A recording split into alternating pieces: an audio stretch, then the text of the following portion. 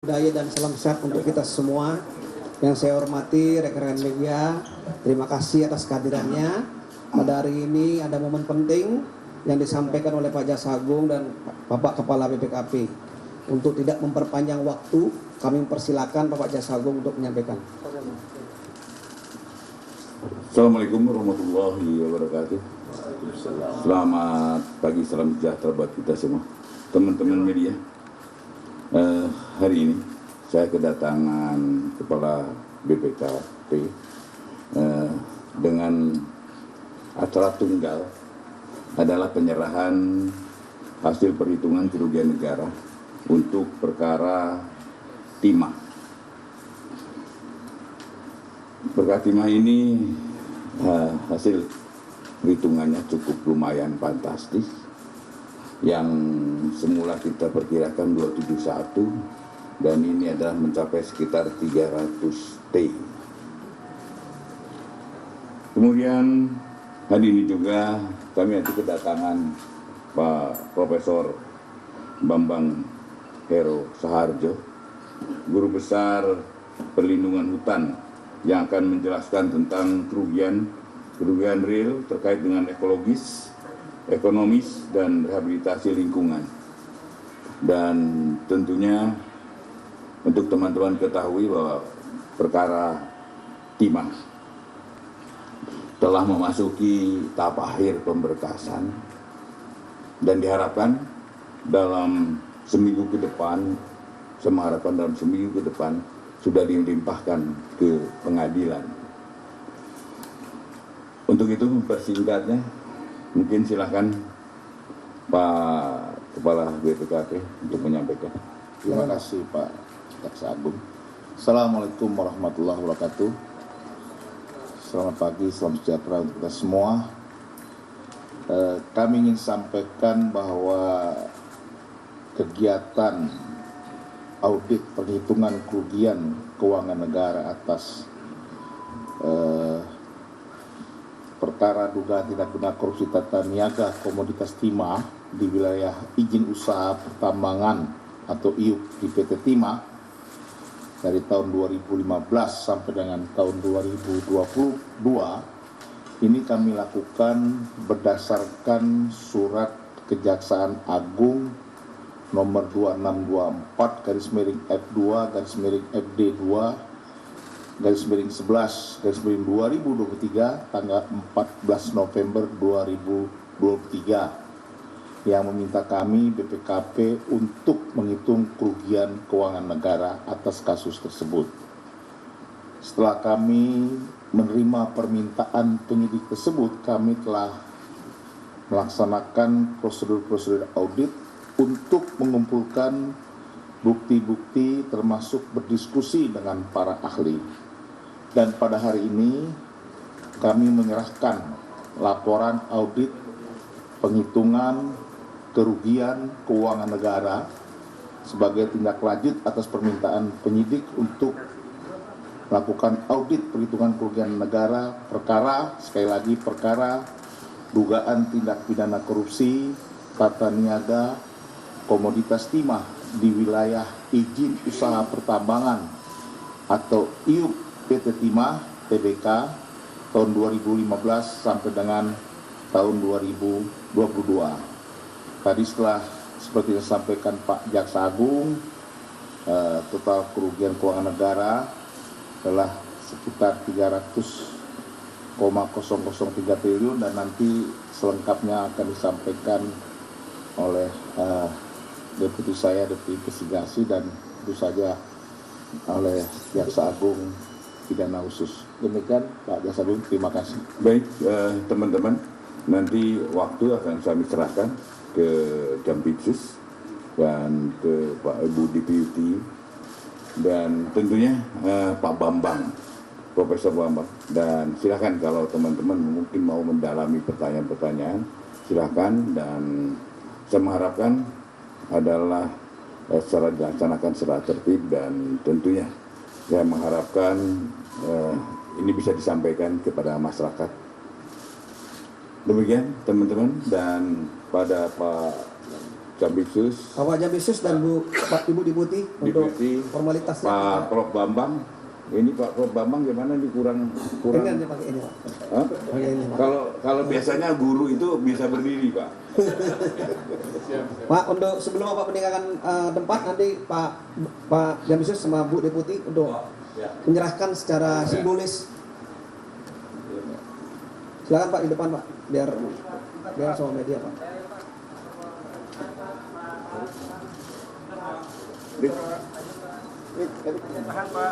Pak Jaksagung, di depan Pak. Di depan Pak, biar kelihatan di meja.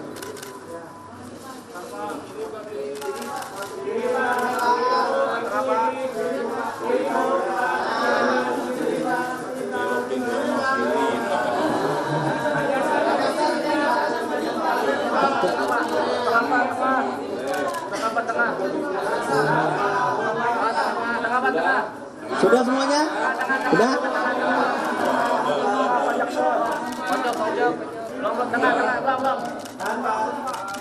Oke. Dengan selesainya penyerahan dari BPKP kepada Bapak Jambisus, Pak Jaksagung dan Kepala BPKP, kami persilakan untuk meninggalkan tempat karena ada kegiatan lain.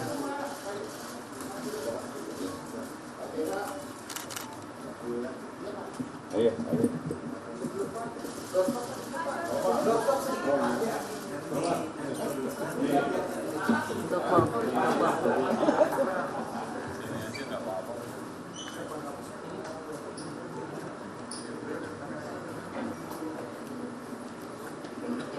Teman-teman media yang saya banggakan ya, pada siang hari ini silakan teman-teman media menanyakan segala sesuatunya terkait dengan 271 yang menjadi polemik di masyarakat. Nah sekarang ahli kita hadirkan, yang punya ajak kita hadirkan Bapak Jambisus, sekaligus yang melakukan investigasi tentang kerugian negara kita hadirkan pada pagi hari ini dan siang hari ini. Monggo, apa Pak Jambisus duluan, apa Ibu duluan? Pak Jambisus duluan. Selamat. Terima kasih. Bismillahirrahmanirrahim. Assalamualaikum warahmatullahi wabarakatuh.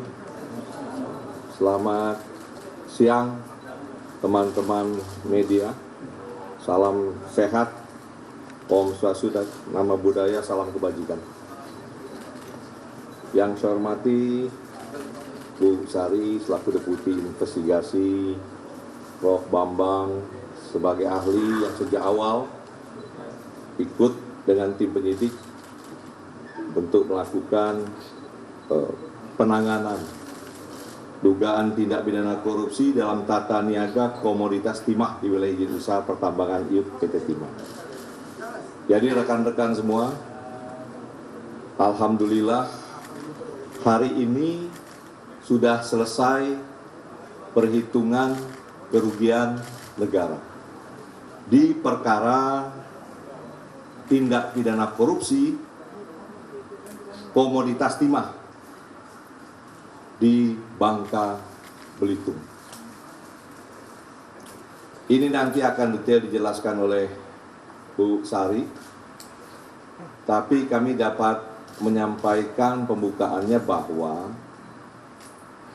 angka yang tadi disebut sebesar 300, sekian triliun ini masuk dalam kualifikasi kerugian negara.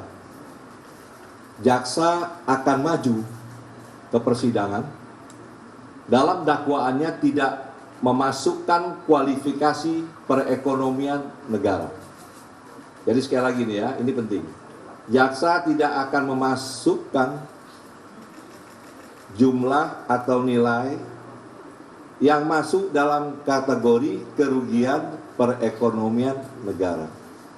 300, sekian triliun akan didakwa sebagai kerugian negara.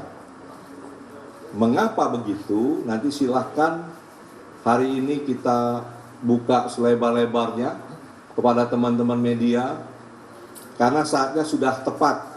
Kemarin kan banyak itu yang berpendapat tentang 271, yang intinya perdebatan apakah ini real loss atau potensial loss. Diperdebatkan saya dengar gitu. Saya baca juga di medsos, wah ini masih potensi, ini belum real. Nah ini silakan teman-teman tanya, ahlinya ada, Ibu Deputi ada, saya ada. Sehingga kita bisa mengklirkan apa yang menjadi alat bukti dan jaksa yakin bahwa ini adalah kerugian real yang harus nanti jaksa tuntut sebagai kerugian negara. Nah itu yang menjadi penting. Jadi kita beri kesempatan dulu sebelum teman-teman wartawan nanti bertanya kepada Ibu Deputi dan Prof. Bambang untuk dapat sedikit menjelaskan sebagai pembukaan. Kami persilahkan Bu Deputi. Baik, terima kasih Pak Campitsus, rekan-rekan media. Jadi menindaklanjuti apa yang tadi disampaikan Pak Kepala BPKP, setelah kami menerima permintaan perhitungan kerugian keuangan negara dari penyidik, dari Kejaksaan Agung, kami melakukan prosedur-prosedur audit sebagaimana standar audit yang mengatur profesi kami.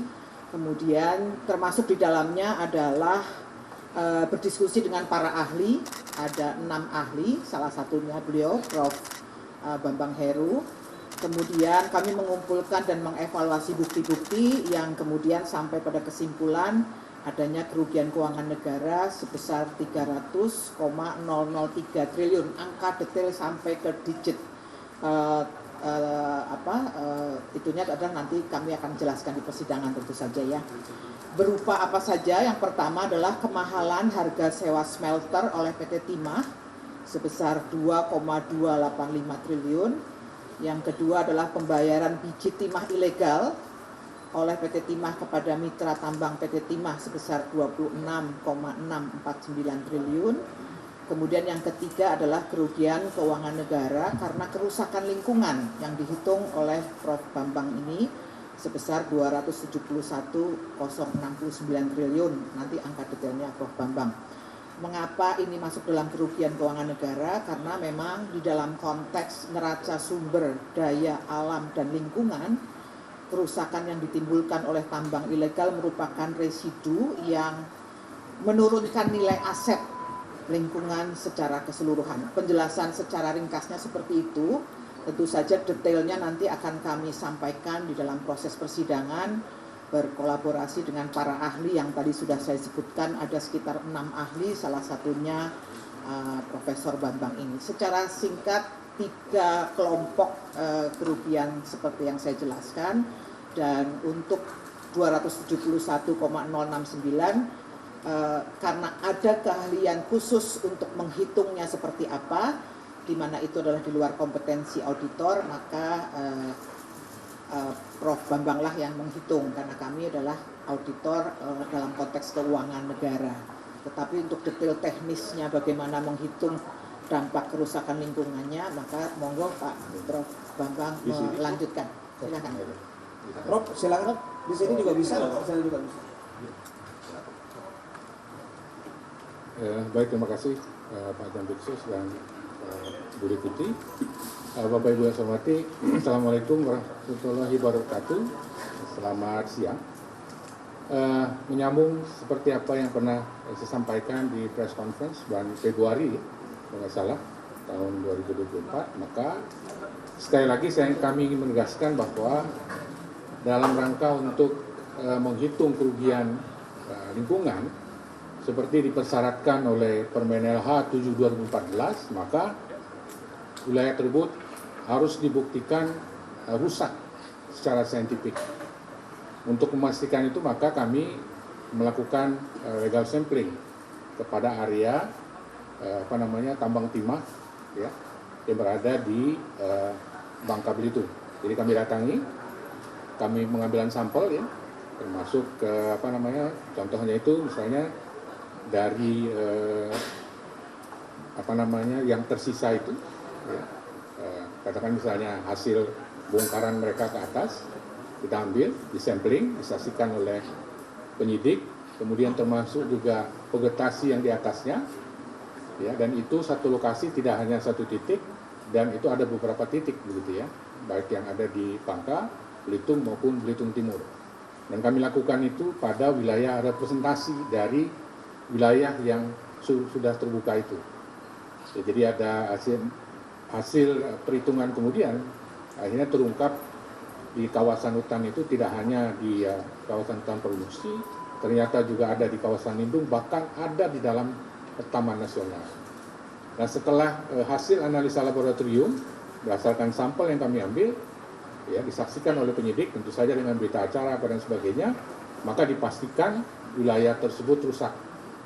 Nah, dari situlah kemudian kami tahu ya ada wilayah yang di dalam kawasan hutan maupun yang di non kawasan hutan. Nah, pertanyaannya adalah bagaimana caranya kami merekonstruksi kejadian itu untuk memastikan bahwa memang terjadi kerusakan itu. Ya, jadi kami menggunakan citra satelit sehingga kami tahu pergerakan di tahun itu. Jadi kami buat seri. Misalnya di tahun 2015 itu di mana saja mereka melakukan aktivitas itu. Kemudian di 2016, di 2017, di 2018, 19, 2020, 2021, 2022. Sehingga dari situ rekonstruksi itu bisa dengan mudah dipahami ya kemana mereka melakukan ekspansi itu ya. Di 2015 berapa, 2016 dan sebagainya. Dan dari situlah akhirnya kami menghitung berapa luasan yang dilakukan per tahun. Sehingga itu kita bisa bangkitkan gitu ya dengan citra satelit, kita pertunjukkan, kita pertontonkan, itu bisa dicek. Nah, sehingga berdasarkan itu teman-teman sudah tahu ya, tidak perlu saya ungkap lagi, ada angka keluar 271 triliun sekian itu. Nanti detailnya akan kami sampaikan di persidangan. Jadi tentu saja semua itu diukur, tidak dikira-kira, dan parameternya sudah jelas, dan sehingga tidak ada istilah potential loss. Itu adalah betul-betul total loss, ya. Nah, sehingga berdasarkan itulah kemudian kami menghitung kerugian seperti yang teman-teman ketahui tadi. Jadi ada ecological disturbance, terganggu ya. Kemudian yang kedua adalah environmental economic yang rusak, dan yang ketiga itu adalah pemulihan yang harus dilakukan. Nah, Bapak Ibu harus tahu ya bahwa poin 1 dan 2 yaitu kerugian ekologis dan ekonomis itu mestinya itu hak negara yang bisa didapatkan kalau tidak terjadi kerusakan di situ. Nah, kemudian yang kedua, akibat kerusakan yang terjadi maka itu harus dipulihkan. Nah, jadi pertanyaan kemudian adalah kalau dia tidak dipulihkan, lalu tanggung jawab siapa? Nah, dari regulasi yang ada, apapun alasannya, PT Tambang Timah Tbk itu harus bertanggung jawab terhadap apa yang terjadi di lokasi tersebut. Karena pada akhirnya kalau itu tidak dilakukan, maka itu menjadi beban, menjadi tanggung jawab negara. Jadi ada 3 ya, yang poin 1 dan 2 itu adalah hak negara yang dalam hal ini akhirnya dirusak, sehingga mestinya dapatkan sesuatu ya dari hasil tambang itu, ternyata kita lihat adalah terjadi environmental destruction. Yang kedua itu yang juga penting adalah itu harus dipulihkan ya, karena masyarakat ya sesuai dengan bunyi Undang-Undang Dasar 45 berhak untuk mendapatkan lingkungan yang baik dan sebagainya. Sehingga sekali lagi saya ingin sampaikan juga bahwa itu adalah menjadi tanggung jawab dari tambang PT Timah Terbuka. Nah, kalau itu tidak dilakukan, maka itu menjadi kewajiban negara. Jadi sementara itu yang bisa saya sampaikan. Terima kasih. Assalamualaikum warahmatullahi wabarakatuh. Terima kasih Pak Jambitsus. Jadi sudah jelas ya apa yang disampaikan oleh ketiga narasumber pada pagi hari ini. Mungkin rekan-rekan media yang bertanya atau mendalami kasus ini, silakan. Biar lebih terang dan lebih jelas nanti ke depannya di masyarakat. Ada yang mau bertanya? Ayo silakan, maju depan Mas. Sini Mas. Biar teman-teman media yang lain juga dengar.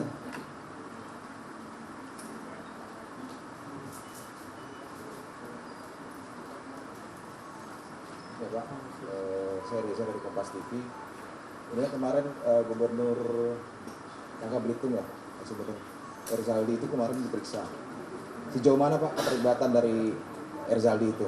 Karena kan nggak mungkin kalau Pak Erzaldi itu nggak mengetahui dalam RAKB, karena Kepala Dinasnya saya sudah menjadi tersangka. Kenapa Pak Erzaldi sendiri belum sampai saat ini? Itu aja Pak. Ini yang jawab ini Pak Jampisus nih. Harusnya yang ditanyakan seputaran tentang 271 dan berkembang menjadi 300 triliun. Tapi tidak apa-apa, bisa dijawab sama beliau. Silakan Pak Jampisus. Terima kasih ya. Sebenarnya kami berharap nanti pertanyaan banyak mengenai kualifikasi kerugian negara yang selama ini diperdebatkan di 271 agar clear. Banyak pertanyaan kepada kami tidak kita jawab karena belum tepat waktu dan proses ini masih berjalan. Kalau sekarang sudah ada hasil dari teman-teman auditor dari BPKP, sehingga kita siap untuk menyampaikan ke publik dan mempertanggungjawabkan nanti terbuka di persidangan mengenai 271 tadi adalah kerugian real yang banyak masyarakat berpendapat bahwa itu masih potensial.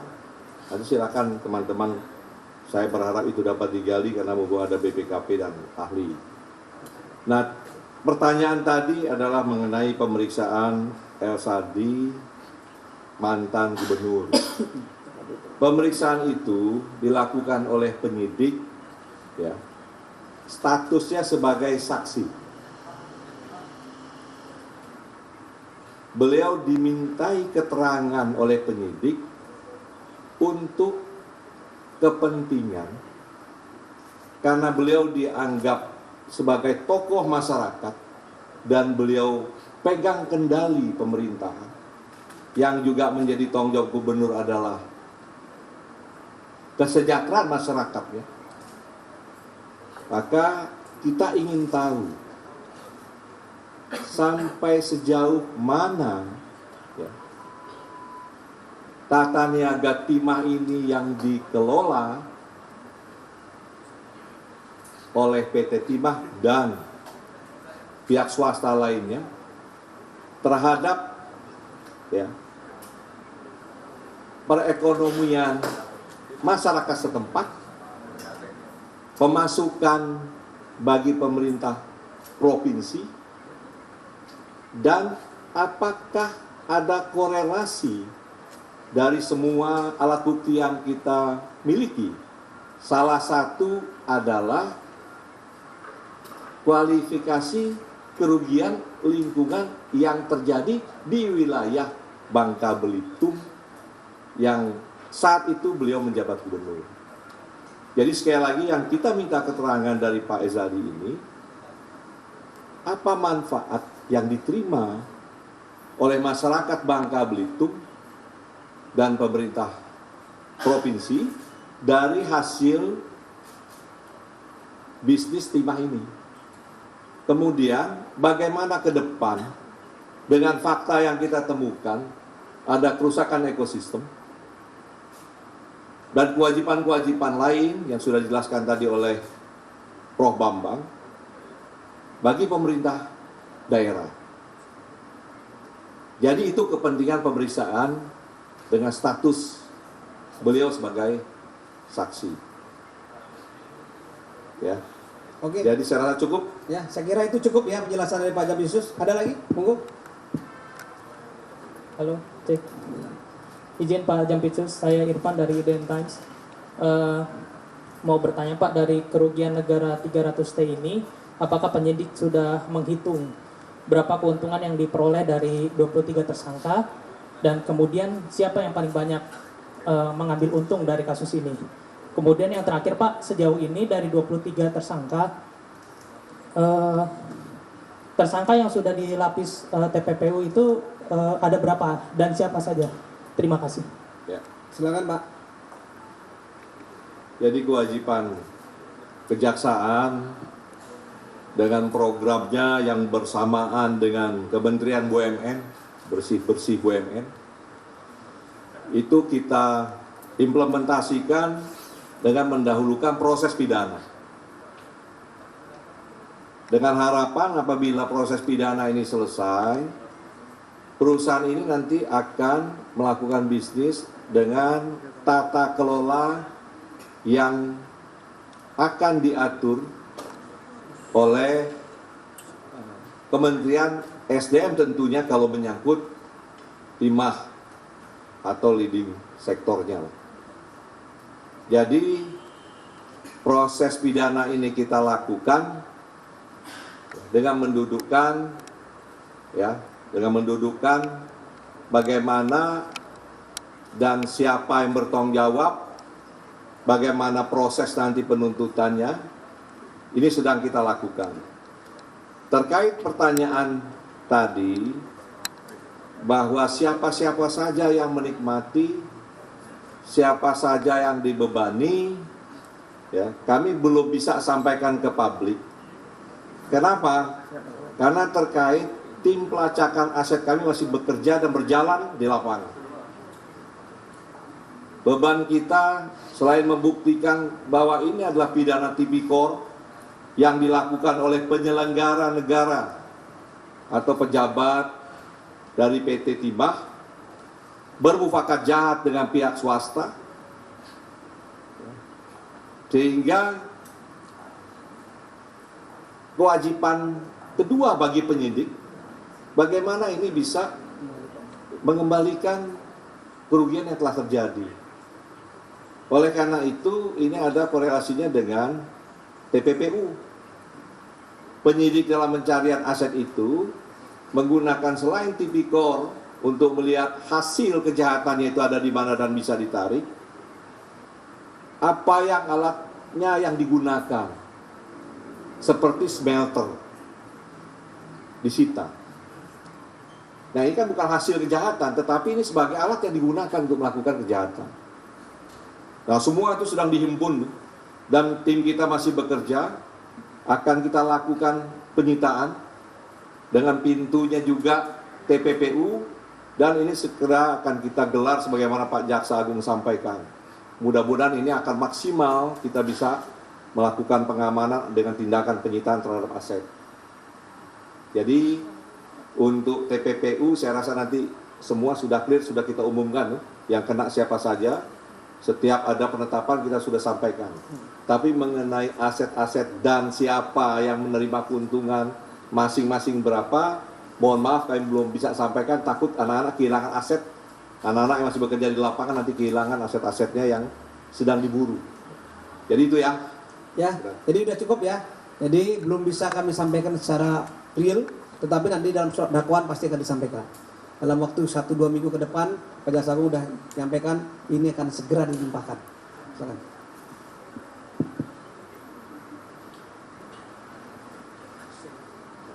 Bapak izin Pak, Wahyu dari Kata Data Pak.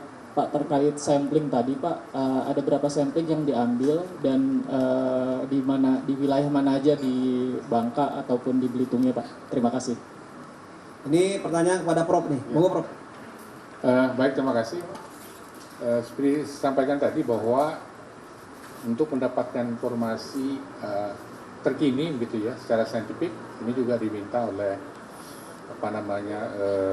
proses perhitungan itu, maka kami mengambil sampel itu di areal yang mewakili, apakah itu di Bangka dan juga di Belitung dan Belitung Timur. Jadi kami datangi semua itu. Totalnya saya tidak hafal ya, nanti di persidangan aja diungkap. Nah, jadi kami datangi itu, misalnya wilayah katakan misalnya di Bangka Tengah. Nah, kita cek nanti di status dan sebagainya, karena selama di lapangan kami dampingi juga oleh tim penyidik dari Kejaksaan Agung dan juga dari PT Timah. Nah, kita temukan misalnya di situ adalah areal APL misalnya. Nah, kita ambil. Nah, termasuk juga kita ukur berapa kedalaman air itu ya, yang dia buka itu. Jadi ambil sampel tanahnya, begitu ya, sampel vegetasi dan sebagainya, dan itu kemudian dianalisis di lab untuk sifat fisik, kimia, biologi, dan juga kondisi vegetasi.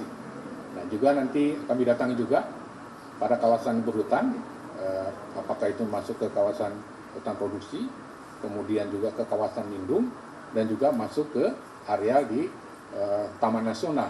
Nah itu semua kami dapatkan setelah kami merekonstruksi itu berdasarkan data yang disiapkan oleh penyidik Jagung dan juga dengan citra satelit, sehingga dari situ kami clear melihat itu.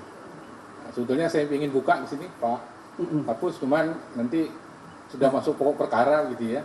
Nah itu kelihatan sekali. Misalnya di 2015 di lokasi ini, katakan di PT ini, seperti apa sih gambarannya, kita zoom, kelihatan nih. Bukaannya kemana tuh kelihatan. Nah, kemudian juga di 2016 seperti apa, 17 seperti apa, 18, 19, 2022. Luasannya pun kita tahu. Nah, seperti itu. Jadi verifikasi itu adalah bagian dari upaya untuk rechecking antara data yang kami dapatkan dari citra satelit dengan kondisi terkini yang terjadi di lapangan. Nah, dari situ juga kami tahu bagaimana pergerakan itu. Misalnya ada perusahaan ya, yang katakanlah kecil iupnya itu, tapi dia merangkak itu membesar ke bawah di luar punya dia. Nah, sehingga itu yang dalam penjelasan kemarin kami sampaikan ada yang iup dan sebagainya. Jadi kami sampai pada kita rekonstruksi seluruh itu, kita bisa kita bangunkan. Nah, kalau teman-teman lihat itu pasti tersenyum, kok bisa ya? Nah, itulah salah satu cara kami untuk meyakinkan penyidik bahwa apa yang kami lakukan itu bukan, sekali lagi bukan potensial tapi the real. Nah, kalau di zoom itu kelihatan sekali. Nah, jadi kira-kira begitu yang bisa kami sampaikan. Saya kira itu ya, tadi udah jelas real ROS-nya itu udah jelas ya. Dari citra satelit, pemeriksaan di lapangan, udah jelas. Nanti itu kebutuhannya di pembuktian di persidangan, ya, udah jelas. Jadi beliau ini bukan saja ahli penanganan perkara di timah, beliau juga sebagai ahli di penanganan perkara Duta Palma kemarin dan beberapa ahli lain. Sudah terbiasa beliau melakukan perhitungan yang real loss seperti ini. Ada pertanyaan lagi? Cek dulu. Saya Asri dari Kompas TV, Pak, izin bertanya terkait dengan kasus timah ini, apakah betul ada keterlibatan dari purnawirawan Polri terhadap kasus timah ini? Boleh dikonfirmasi, Pak? Ini pertanyaannya nih menjurus nih, Pak. Monggo, Pak. Jadi yakinlah bahwa penyidik kejaksaan ini profesional, bertindak dalam koridor ketentuan, dan ini secara khusus memang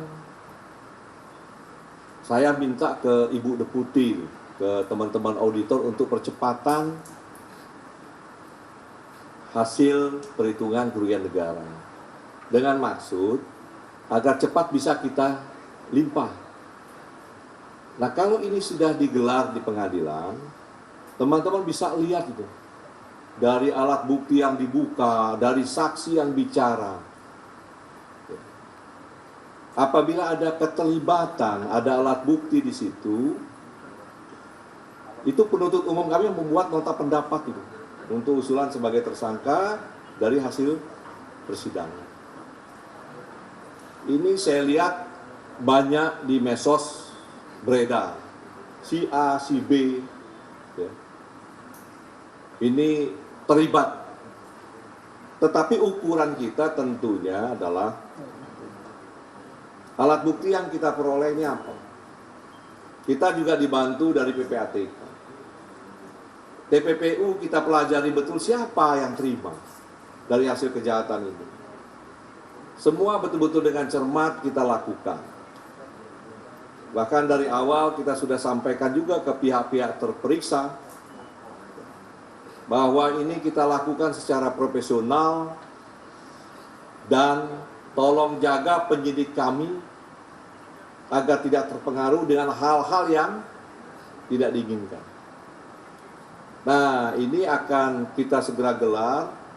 Nanti silahkan teman-teman media mengikuti, dan kami senang sekali ketika satu proses penanganan perkara di kejaksaan ini diikuti dengan cermat oleh teman-teman media sebagai koreksi atau sebagai masukan kepada kami tentunya. Ya. Jadi kami tidak mau berpolemik, yang jelas sudah kita umumkan ada berapa tersangka? 23 yang kami yakini bahwa inilah pelaku dan inilah yang menikmati, inilah yang menyebabkan kerugian, akan segera kita sidangkan. Kalau pertanyaannya kembali apakah stop di sini? Teman-teman media kan sudah melihat proses yang kita lakukan di perkara-perkara besar kan terus berjalan sepanjang alat bukti tersebut ya memiliki kekuatan untuk penetapan tersangka lain. Oke? Ya. Nah ya, saya kira itu ya. Biasanya prosesnya terus berjalan. Penetapan tersangka tidaknya dalam proses penyidikan. Bahkan dalam proses persidangan pun tidak menutup kemungkinan juga akan terbuka semua. Bahkan dalam putusan akhir dan sudah mempunyai kekuatan hukum tetap berjalan. Jadi dikawal kita semua. Ayo silakan. Selamat siang Pak, izin perkenalkan saya Malik dari Indoposko ID.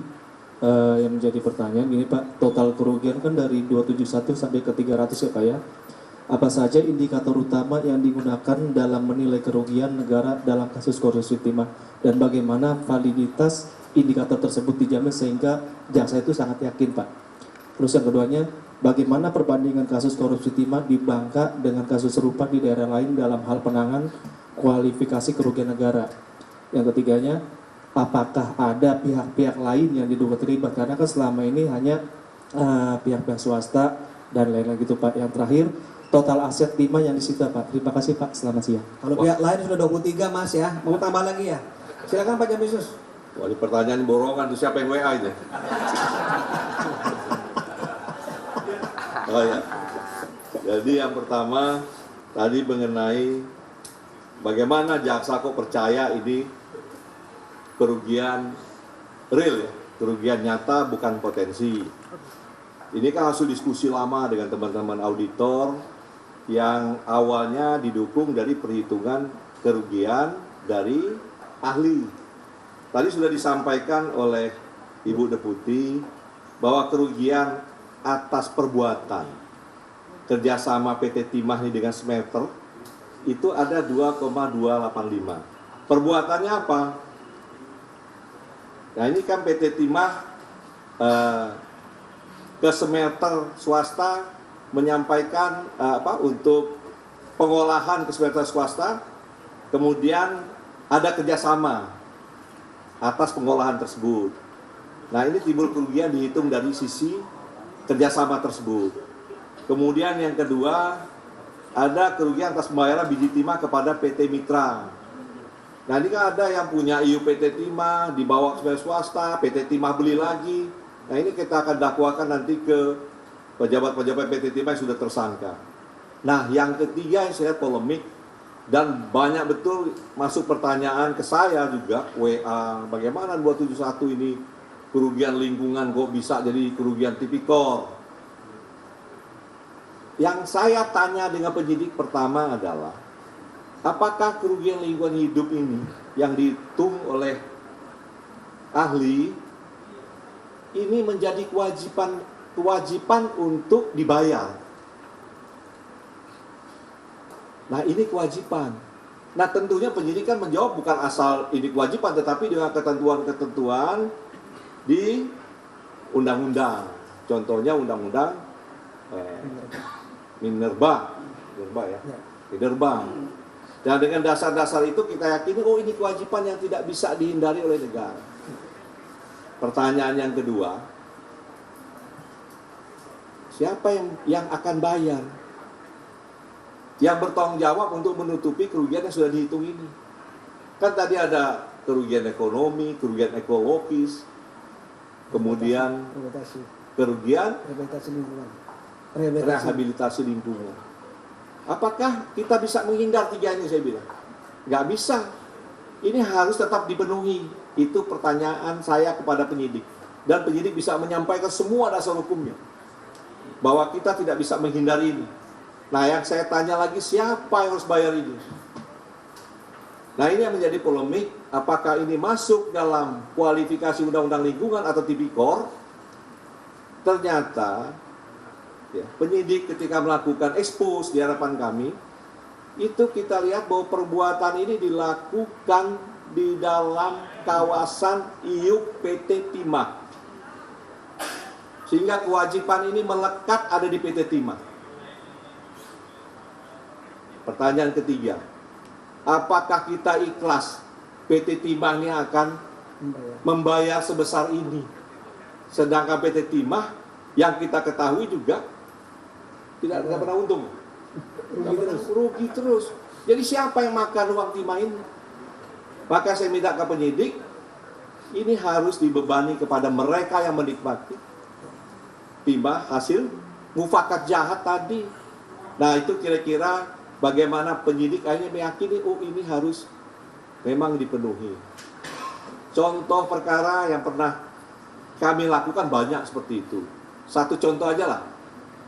Jadi ada pelakunya Dirut BUMN dengan menggunakan BUMN-nya mengajukan proposal pembiayaan. Ya. Nah, kemudian dibiayai oleh bank. Dibiayai oleh bank. Ini bank asing, BHS. Bank asing di Singapura dibiayai. HSBC membiayai. Ini sudah inkrah ya. Nah, ketika sudah dibiayai, ternyata si oknum direksi ya, ada beberapa orang tersangka, saya lupa itu. Setelah dapat uang, dia gunakan untuk hal lain dari proposal yang dia sampaikan. Sehingga pihak pembiaya bisnis itu mengajukan gugatan arbitrase. BUMN kalah. Sehingga BUMN harus bayar. Nah, jaksa maju menyidik bahwa proses ini sebenarnya ada pidana. Karena kalau kita lihat dari pertimbangan di arbitrase, ya wajar pembiaya jelas menang. Karena yang diagunkan justru BUMN-nya, PT-nya.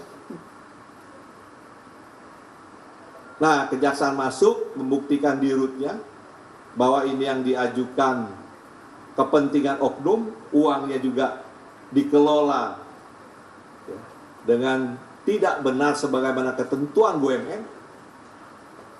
Ya. Dan itu tidak, hakim sependapat bahwa itu tipikor.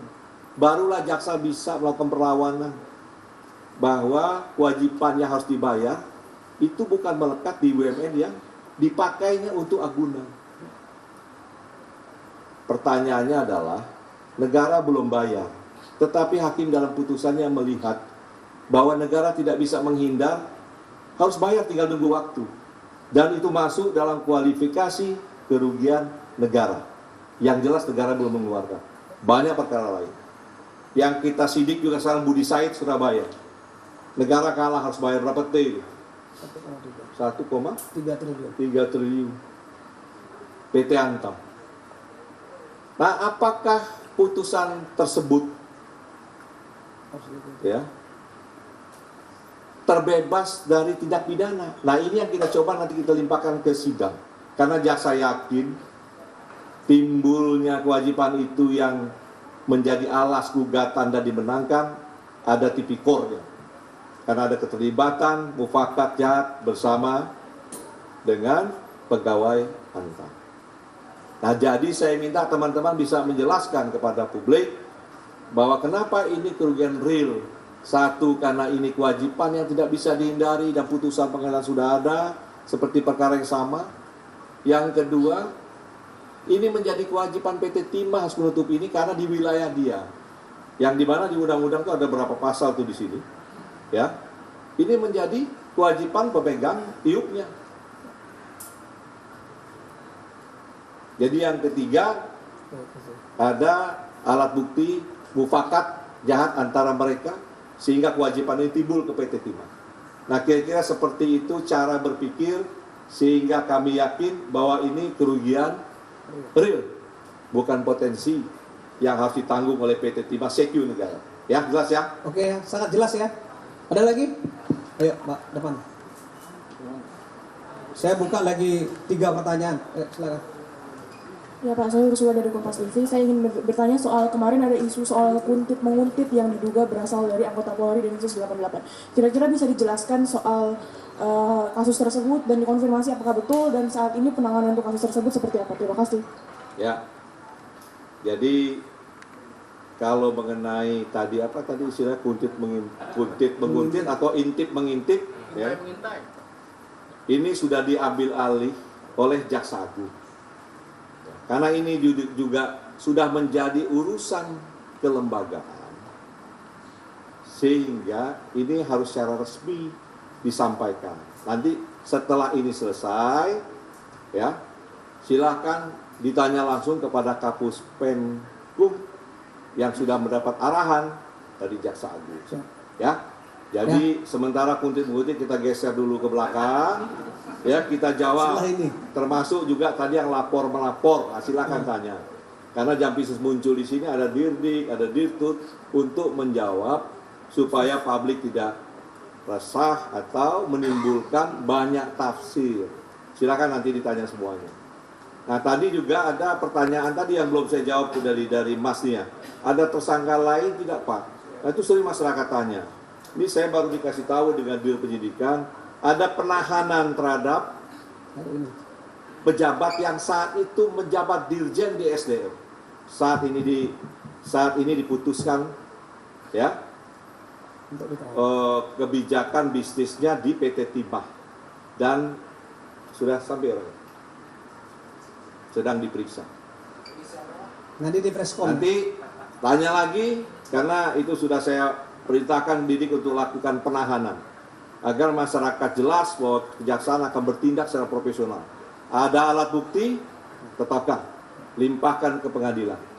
Dan alhamdulillah selama ini kita belum ada yang bebas lah dengan kehati-hatian kita. Yang bebas kan baru kemarin pasal 21 karena ada beda pendapat. Ya. Oke. Ada lagi? Ada lagi, silakan Pak. Tentang perkara ya? Tentang perkara 271. Ya. Dan geser jadi 300. Ya, 300 sekarang. Ya, selamat siang Pak Febri. Saya Lani Pak dari Tempo. Soal perkara ini Pak, beberapa waktu yang lalu kan tim Bapak sudah memeriksa Pak Robert Bono ya Pak. Dia kan diduga terlibat karena dulunya dia adalah pemilik PT RBT walaupun dia membantai kepada kami begitu. Ya. Nah, apa hasil pemeriksaan terhadap dia dan bagaimana keterlibatan dia Pak? Dan melanjutkan pertanyaan Mbaknya ini Pak, kemarinnya Kapolri dan Jaksa Agung sudah bertemu gitu Pak. Apa pesan dari Pak JS sendiri untuk Bapak? Dan ketika kejadian itu kan kabarnya ada satu atau dua anggota Densus yang kemudian ditangkap. Lalu Bapak menelpon Kabar Reskrim, tapi meminta Densus itu dibebaskan, tapi kemudian tidak dibebaskan. Itu seperti apa ceritanya Pak? Terima kasih. Jadi sekali lagi tadi saya jelaskan. Karena ini sudah diambil alih oleh Jaksa Agung, ya, dan tentunya ini menjadi persoalan institusi, bukan persoalan lagi saya sebagai pribadi. Nah ini akan dijelaskan nanti oleh Kapus Penkum yang tentunya sudah ada arahan Jaksa Agung. Selesai ini baru masuk babak kedua masalah kuntit menguntit dan lapor melapor. Nanti silakan teman-teman tanyakan ya. Kewajiban kami yang jelas perintahnya adalah selesaikan berkas dengan cepat, segera limpahkan agar masyarakat dapat melihat semua apa yang terjadi. Termasuk tadi pertanyaan mengenai Robert Bono. Ini pun karena suara masyarakat ya dan beberapa indikasi yang ada di kita sehingga dipanggil. Tidak saja Robert Bono, siapapun yang ada indikasi ya. Karena ini kerugian cukup besar 300 triliun, maka akan kita periksa. Apakah dia tersangka atau tidak, nanti alat bukti akan bicara. Bisa dilihat sisi nanti cermati oleh teman-teman. Cermati kesaksian. Ya. Yang tampil di pengadilan, lihat ada tidak nanti alat bukti untuk arah ke seseorang yang belum ditetapkan. Lihat dari nanti jaksa membuka aliran dana. Siapa yang menikmati? Kalau dia menikmati yang belum ditetapkan, kalian bisa sampaikan kepada kami.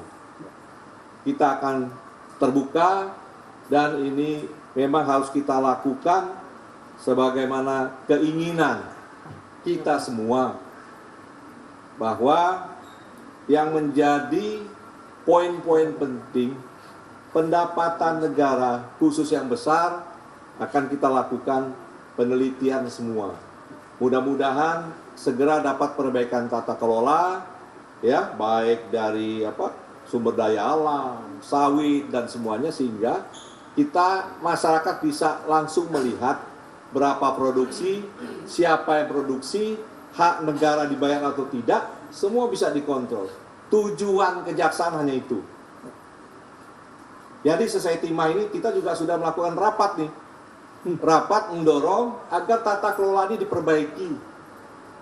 diperbaiki agar ada manfaat bagi masyarakat setempat, kearifan lokal, hak negara harus dipenuhi, dan kita bisa menjaga ekosistem dengan baik ke depan. Cukup ya? Lagi satu pertanyaan, sebelah sana. Dari sini kan sudah tadi, biar agak dingin, panaskan di sana dulu. Satu pertanyaan aja kita tutup. Izin Pak, kemarin terkait dengan diperiksanya asisten pribadi dari Sandra istri dari tersangka HM, seperti apa proses pemeriksaannya. Kemudian yang kedua juga terkait dugaan keuntungan yang diraup dari tersangka HM seperti apa, dan yang ketiga terkait dengan apakah istri dari tersangka HM ini akan ada kemungkinan untuk dipanggil kembali. Terima kasih.